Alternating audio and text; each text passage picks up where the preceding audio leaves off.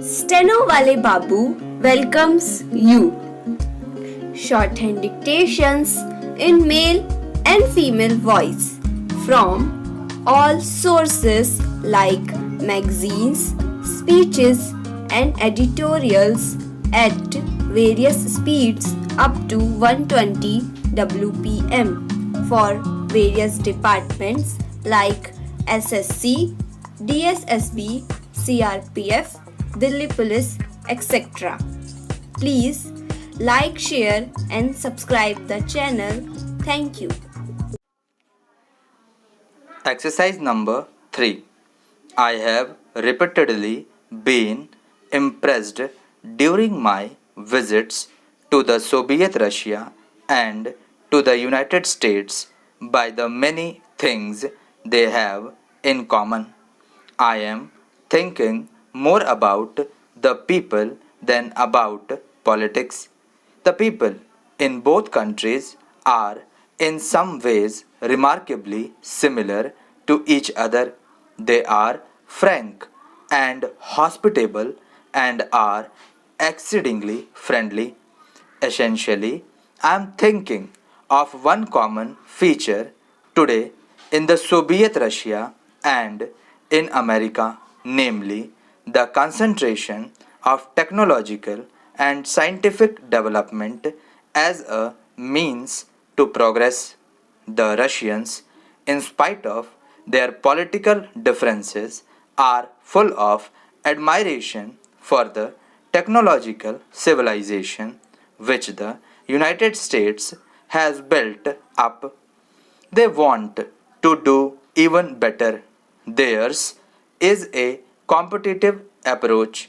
It is because of this, I think, that once they get over the present day political difficulties, the people of the Soviet Russia and the United States are likely to come much nearer to each other than possibly other countries might.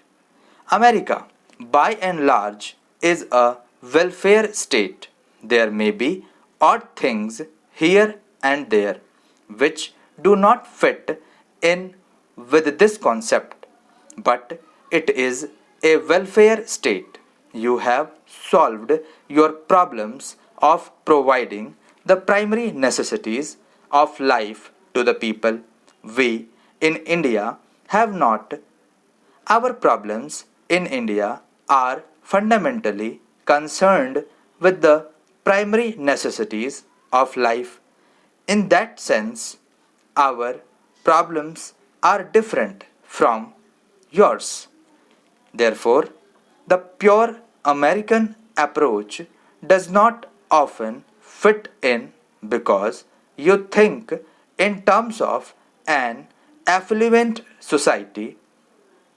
For example, you may think in terms of highly mechanized agriculture, but it may not suit India. Not that we are against mechanization, but it may not fit in with the conditions in India.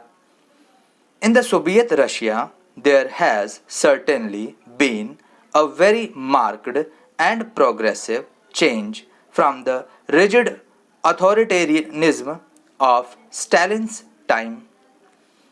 We must remember that in the Soviet Russia, at any rate, in the greater part of it, they never had anything but some kind of authoritarian government, whether it was the Tsar's government or any other government. From that, they went on to a communist regime which has brought them some advantages undoubtedly, but at the cost of individual liberty. They do not feel the lack of it very much, but ultimately everyone feels the lack of individual liberty and lack of individual freedom. Thank you.